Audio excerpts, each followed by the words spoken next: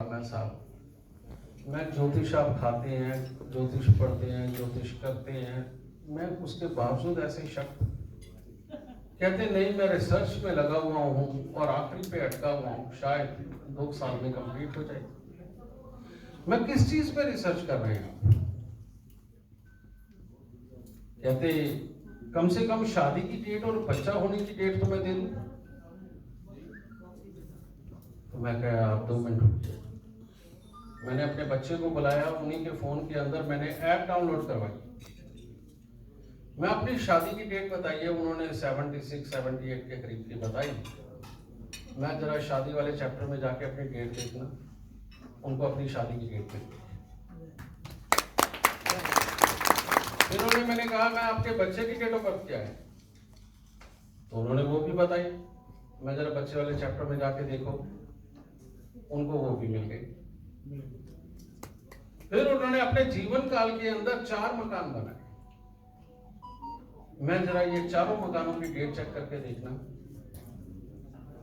उन्होंने वो भी चेक करी और चारों मकानों की डेट मिल गई। कहते इसमें तो फॉरेन ट्रिप भी लिखा हुआ है, तो मैं कहा जितनी बार गए हो वो भी चेक कर लो, और वो भी उनको एक एक डेट मिल गई। मैंने अपने बचपन से एक ही कसम खाई थी कि जो ज्योतिष की इज्जत गई है, जिसको लोग सिर्फ संभावनाओं का खेल बोलते हैं या झूठ कहते हैं, मैं उस ज्योतिष की इज्जत को इतना ऊपर लेकर के जाऊंगा कि सारी दुनिया को नतमस्तक होकर के इसकी छत के नीचे आना। और मैं खुश हूं कि मेरी मां अम्बे के आशीर्वाद और भोलेनाथ के ज्ञान ने आज मुझे वहां पहुंचाया कि इस कमिंग 24 मार्च को मैं पूरे वर्ल्ड को वो तोहफा देने जा रहा हूं जिसके अंदर आज के बाद वो अंधकार में नहीं जिएंगे, सबको अपना रास्ता पहले से पता हो। यह सत्य बात है कि दुनिया का सबसे बड़ा दुख, किसी माँ बाप को ये नहीं पता कि वो अपने बेटे को क्या करवाए, अपने बच्चे को क्या करवाए, अपनी बेटी को क्या करवाए। आप उस ऐप के अंदर अपने पिता, अपने दादा, अपने पड़ोसी, अपने चाचे, मामे, ताई की डेट ऑफ बर्थ टाइम डाल के देखना कि उसके अंदर वही प्रोफेशन लिखा आ रहा है ना जो वो काम कर रहे हैं, तब मान लेना कि आपका बच्चा वही करेगा जो उसमें लिखा हुआ है। ये काम कोई मुश्किल नहीं था, बस ये जेडी वशिष्ठ की तरह थोड़ा सा मेहनत की जरूरत थी, जो मैंने की। मेरे दाते ने मुझे झोली भर भर के दिया। आज मैं पिछले 3-4 साल से लगा हुआ था इसको बनाने में, क्योंकि जब एक वो घर से ना भाग के मैं फिल्में देखा करता था में, तो वहां मैग्नम की कैसेट चला करती थी, तो उसमें पहले एक शेर आया करता था, कौन है जो वक्त की चक्की को रोक पाएगा, वक्त के सांचे में ढलने वाला बढ़ता जाएगा। तो मैंने भी वही सोचा, मैं कहा सारे के सारे धोती तिलक लगाने वालों को ज्योतिषी बोलते हैं, मालाएं पहनने वालों को ज्योतिषी बोलते हैं। मैं कहा नहीं, मैं बताता हूँ कि ज्योतिषी कितना बड़ा टेक्नोलॉजी का मास्टर भी हो सकता है। मैंने दुनिया के टॉप डेवलपर लेकर के, और जहां से दुनिया के अंदर बड़ी बड़ी चलने वाली ऐप जो डिजाइन करती है कंपनी Zeux, उनसे अपनी ऐप का डिजाइन करवाया, और टेक्नोलॉजी में ऐसा पिरोया कि ये टेक्नोलॉजी देख के विदेशों के रिसर्चर यहां दौड़ के आएंगे कि ये किया तो किया कैसे। ये दिन आने वाला है। और मैंने पिछले सम्मेलन में भी बताया कि सिर्फ 8 महीने की बात होगी। मोबाइल के सेंसर के ऊपर आप अपनी उंगलियां लगाइए, थंब में प्रेशर दीजिए, जिसकी डेट ऑफ बर्थ टाइम नहीं भी है उसकी भी डेट ऑफ बर्थ टाइम भर के आ जाएगी, और बर्थ प्लेस डालिए और पढ़िए। ओ क्या ये विद्या मेरे गुरु श्री लेखराज जी ने मुझे दी है, आप सब लोग जानते हैं उन्हें, और पूरी दुनिया में उनका नाम होगा। जब भी डेट ऑफ बर्थ टाइम भर के आएगा, ऊपर लिखा हुआ आएगा कैप्टन श्री लेखराज जी शर्मा कृत, क्योंकि जिसकी जो विद्या है उसको वो नाम जरूर मिलना चाहिए। तो ये खुशखबरियां थी। आपका पास्ट, प्रेजेंट, फ्यूचर आप अपनी 2 साल की उम्र में क्या हुआ या आपकी 80 साल की उम्र में क्या होना, सब बैठे बैठे देख सकते हो। वो बात अलग है कि पूरी ऐप पढ़ने में शायद 2 महीने लग जाएंगे, क्योंकि बहुत बड़ा जीवन वृत्तांत होता है। तो ये हुआ कैसे, कैसे मैं दूसरों से अलग हूं। रात को गुरदीप सैंपल भी देख के आया, इसको भी उस ऐप के दर्शन करवाए हैं। ये हुआ कैसे, होने के लिए बेटा दिखावे का जोश छोड़ना पड़ेगा। मैंने उसको ये बताया वो सच हो गया, मैंने उसको ये कहा था वो हो गया, ये सब बेवकूफी है। क्योंकि उनमें से 90% बातें तो अपने मन के अंदर आए हुए ख्याली पुलाव होते हैं, ये सब जानते हैं। एक बार किसी भी एक लकीर को पकड़ के चल पड़े ना, जब तक उसका सिरा ना खत्म हो जाए तब तक छोड़ना नहीं, ये लगन चाहिए, तब आदमी जोशी बन सकता है। और सबसे पहले ग्रहों का वो ज्ञान विज्ञान जानना जरूरी है, कहां बैठ के कौन सा ग्रह शुभ कौन सा अशुभ। जो मेरे ख्याल से वैदिक में अपने तरीके हैं, लेकिन मेरा यह मानना है कि लाल किताब से बढ़िया तरीका दुनिया में कोई नहीं, क्योंकि वैदिक वालों ने ही लाल किताब लिखी। उनको वहां से जब कुछ कमियां मिली तो उन्होंने इसे लाल किताब में कन्वर्ट किया। हम ये कह सकते हैं कि लेटेस्ट पढ़ाई अगर देखी जाए तो वो लाल किताब की है, क्योंकि सब्जेक्ट तो समय के साथ चेंज भी होते हैं, उसके अंदर का कॉन्सेप्ट चेंज होते हैं, उसके फॉर्मूले चेंज होते हैं, तो हमें इस चीज को एक्सेप्ट करना चाहिए। जैसे हम कहते हैं कि शनि को शुभ अशुभ कैसे तोड़ना, बहुत सिंपल है। ठीक है, राहु 7 से 12 के घरों में हो तो शनि शुभ है, और राहु 1 से 6 घरों में हो तो शनि अशुभ है। लेकिन और बहुत सारे तरीके इसको बनाते हैं, वो लॉ बन जाते हैं, वो अलग चीज है। चंद्रमा की शुभ और अशुभ स्थिति, चंद्रमा चौथे घर के अंदर बैठा हुआ हो, आदमी कहता वाह वाह वाह तेरे तो बारे नहीं रहे। चौथे घर के अंदर चंद्रमा, वो भी वृषभ राशि का। और ऐसे भी लोग दुनिया के अंदर हैं कि जिनकी माओ ने इतना दुख पाया होता है चौथे घर के चंद्रमा के कारण कि उनका दुख देखे तो आसमान भी कांपता है। तो ये कैसे हो जाता है, ये लाल किताब समझाती है कि अगर बृहस्पति पहले घरों में और केतु बाद के घरों में हो, यानी कि पहले 6 घरों के अंदर बृहस्पति और 7 से 12 तक केतु हो, तो चंद्रमा चाहे वृषभ राशि का, कर्क राशि का या किसी भी मित्र के साथ बैठा हो, गज केसरी योग में बैठा हुआ हो, आदमी की मां, प्रॉपर्टी, पैसा, घर की सुख शांति दुख पाए बिना नहीं रह सकती, वो दुख मिलेगा। उसके बाद मंगल का तो खेल ही बड़ा अजीब। अक्सर राजनीतिकों की कुंडली के अंदर सूर्य शनि इकट्ठे मिल जाते हैं, लेकिन उनसे ज्यादा दोस्त किसके हैं? इतने लोगों से जान पहचान, इतने लोगों को मनाना करना, और कहते हैं सूर्य शनि मिले तो मंगल बंद हो जाता है। नहीं, सूर्य शनि मिले तो आदमी डिप्लोमेटिक हो जाता है, और ऐसा डिप्लोमेटिक कि उसको पता है इसके उबलते हुए उबाल को कैसे ठंडा करना, 2 मीठी बातें बोल के उसको ठंडा कर देना। लेकिन मंगल का शुभ होना कितना आसान है। पहले, दूसरे, तीसरे, चौथे, 8वें घर के अंदर चंद्रमा हो, भले खराब वाला हो, मंगल शुभ है। बृहस्पति, सूर्य, चंद्रमा की किसी भी तरह से दृष्टि से, राशि से मेल हो गया, मंगल शुभ है। सूर्य पहले, तीसरे, चौथे, 9वें, 8वें घर के अंदर बैठ जाए, मंगल शुभ है।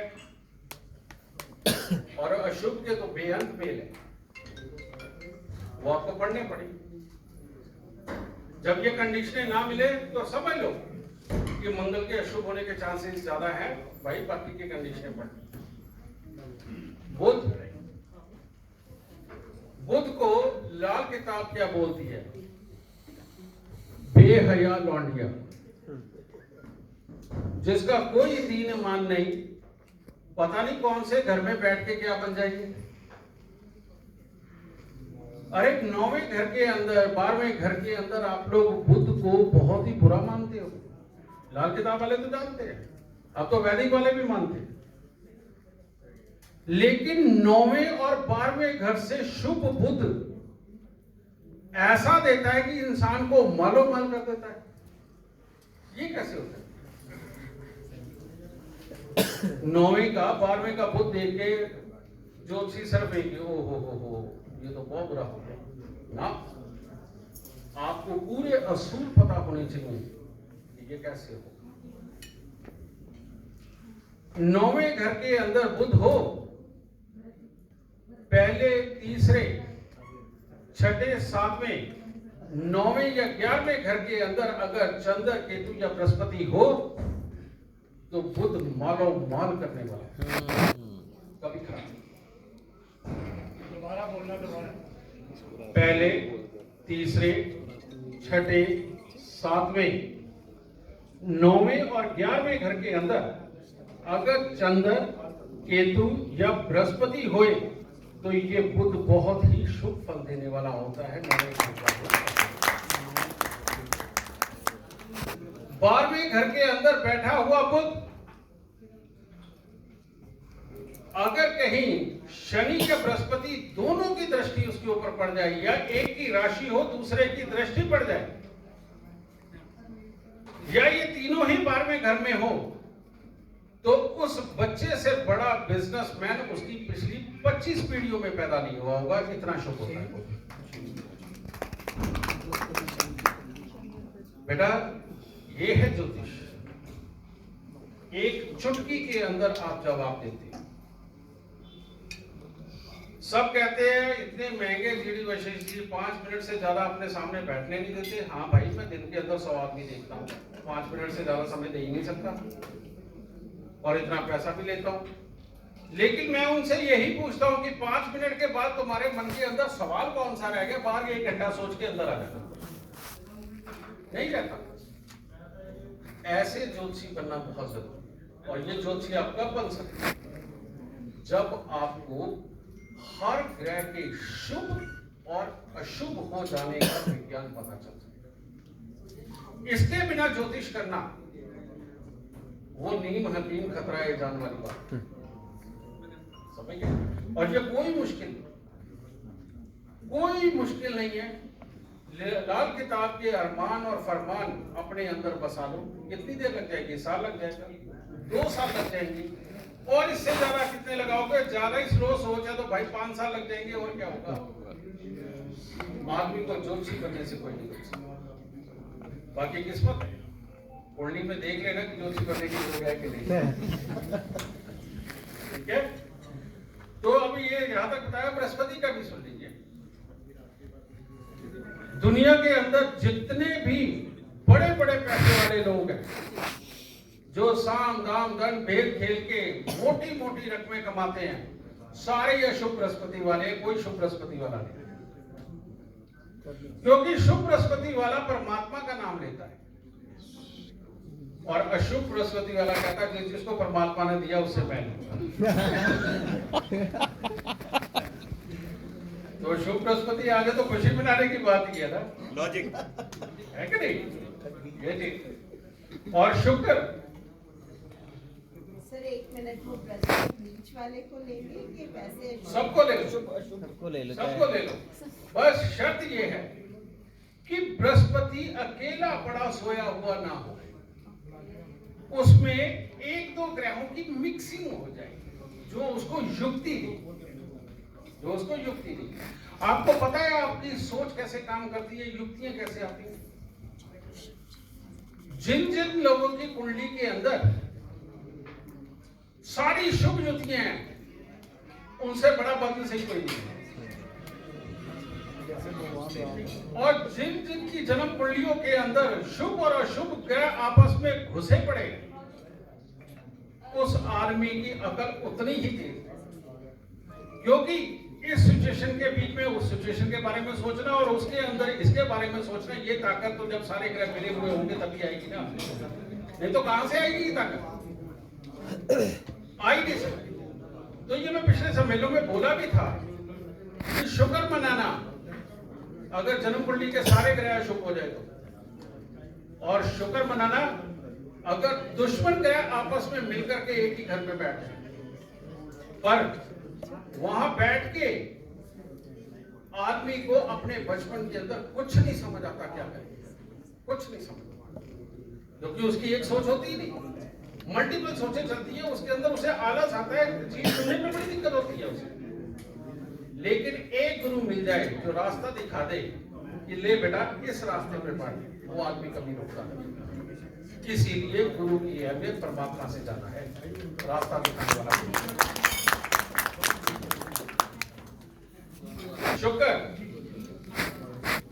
शुक्र का हर घर के अनुसार अपना फल होता है, हर घर के अनुसार उसका शुभ शुभ ऐसे जांचना संभव नहीं है। उसके लिए आपको अरमान फरमान ही पढ़ने पड़ेंगे, बुध के लिए अरमान फरमान पढ़ने पड़ेंगे। शनि का बहुत आसान है, राहु का भी खोल देता हूं।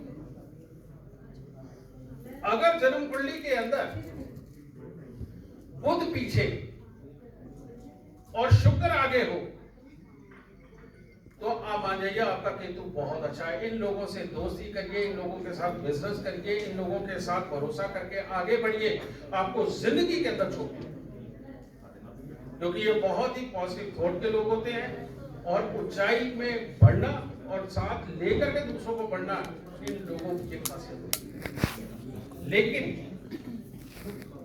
जिनके बुध आगे हो जाते हैं, शुक्र पीछे हो जाते हैं, उनका राहु खराब होता है। वो बेचारे अपनी ही समस्याओं में इतने ज्यादा जूझ रहे होते हैं कि कभी कभार धोखा कर देना उनकी मजबूरी बन जाती है। वो बुरे नहीं होते, धोखा कर देना उनकी मजबूरी बन जाती है। समझ गए? इस तरह के हालात देखिए, इतनी देर के अंदर आपको पिछले 40 साल का निचोड़ ज्ञान देगा। और अगर कहीं ये 10 बार भी सुन लिया ना तो जिंदगी के अंदर ग्रह के शुभ और अशुभ में चोट नहीं खाओ। बस 2 ग्रहों को पढ़ लेना, शुक्र और बुध। चलिए, ये तो एक हिस्सा है। अब आपकी लाइफ बहुत आसान बनाने के लिए आज आपको छोटा सा लेसन होगा,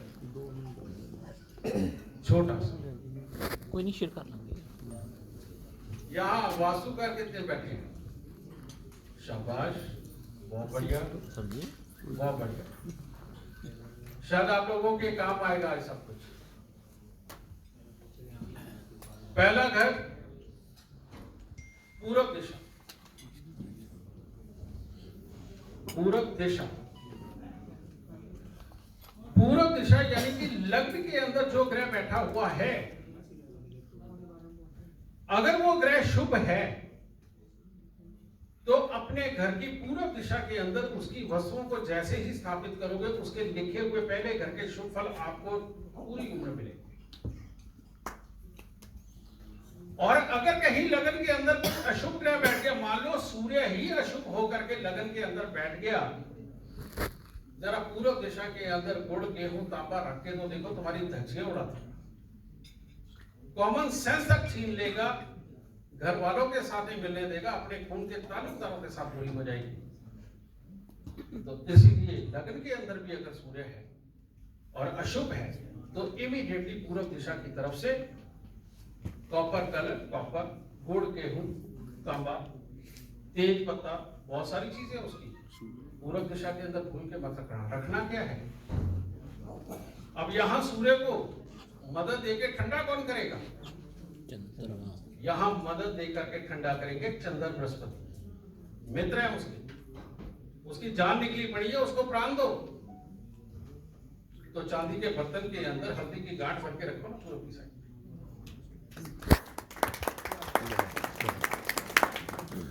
दूसरा घर उत्तर पश्चिम, कहते हैं दूसरे घर के अंदर कोई ग्रह शुभ या अशुभ नहीं होगा। तो उत्तर पश्चिम के अंदर अगर कोई लॉ वाइज अशुभ ग्रह समझ आ रहा है तो उत्तर पश्चिम के अंदर भूल के वो चीजें रखने की जल्दी मत करना। और कुछ ना ही रखो उत्तर पश्चिम में तो ज्यादा अच्छा है। लेकिन लोग तो उत्तर पश्चिम में वाशवेसन लगवा देते हैं। धन भाव है भाई, मत करो ऐसा। परिवार टूटने के चांस ज्यादा बन जाएंगे, एक भी डेली आकर के चले जाएगी। तो उत्तर पश्चिम को सुंदर बनाओ, प्यारा बनाओ, तरह तरह के शो पीसेस रखो, खुशी वाला माहौल हो वहां पर। आपके घर को मतलब ही नहीं नजर लग जाए कि वो डूब जाए। सिर्फ उत्तर पश्चिम को अच्छा। तीसरा घर दक्षिण। दक्षिण के अंदर वास्तु वाले बोलते हैं कि टॉयलेट बना लो, किचन बना लो, है ना भाई? कैसे? तीसरे घर का राहु कौन देखेगा? कैसे हो सकता है जब एक इंसान का स्ट्रक्चर, उसकी बुद्धि, उसकी सोचने कर्म की शक्ति एक जैसी नहीं है, तो वास्तु कैसे यूनिवर्सल हो सकता है? नहीं हो सकता। आपको देखना पड़ेगा कि आपकी जन्म कुंडली के अंदर राहु कैसा है, शुभ है कि अशुभ है। अगर शुभ है, आप दक्षिण के अंदर एक साइड में टॉयलेट बनाओ, दूसरी साइड में थोड़ा हट करके पूर्व की तरफ में जाकर के आप किचन बना लो, कोई प्रॉब्लम नहीं है। क्योंकि 12वां घर आपका दक्षिण पूर्व है और दक्षिण साइड आपका राहु का स्थान। फिर बना दो। लेकिन अगर आपकी जन्म कुंडली में ऑलरेडी राहु अशुभ है, आप दक्षिण में जरा टॉयलेट बाथरूम बना के तो दिखाओ। घर में पड़ा हुआ अगर एक रुपया खाली ना हो गया तो नाम बदल दो। एक रुपया नहीं बचेगा। कोई भाई बहन साथ नहीं देगा, कोई या तो साथ नहीं देगा, धक्के खाने के लिए मजबूर हो जाता है। उत्तर पूर्व जन्म कुंडली का चौथा घर, हम वहां पर क्या कहते हैं कि बृहस्पति यहां शुभ होता है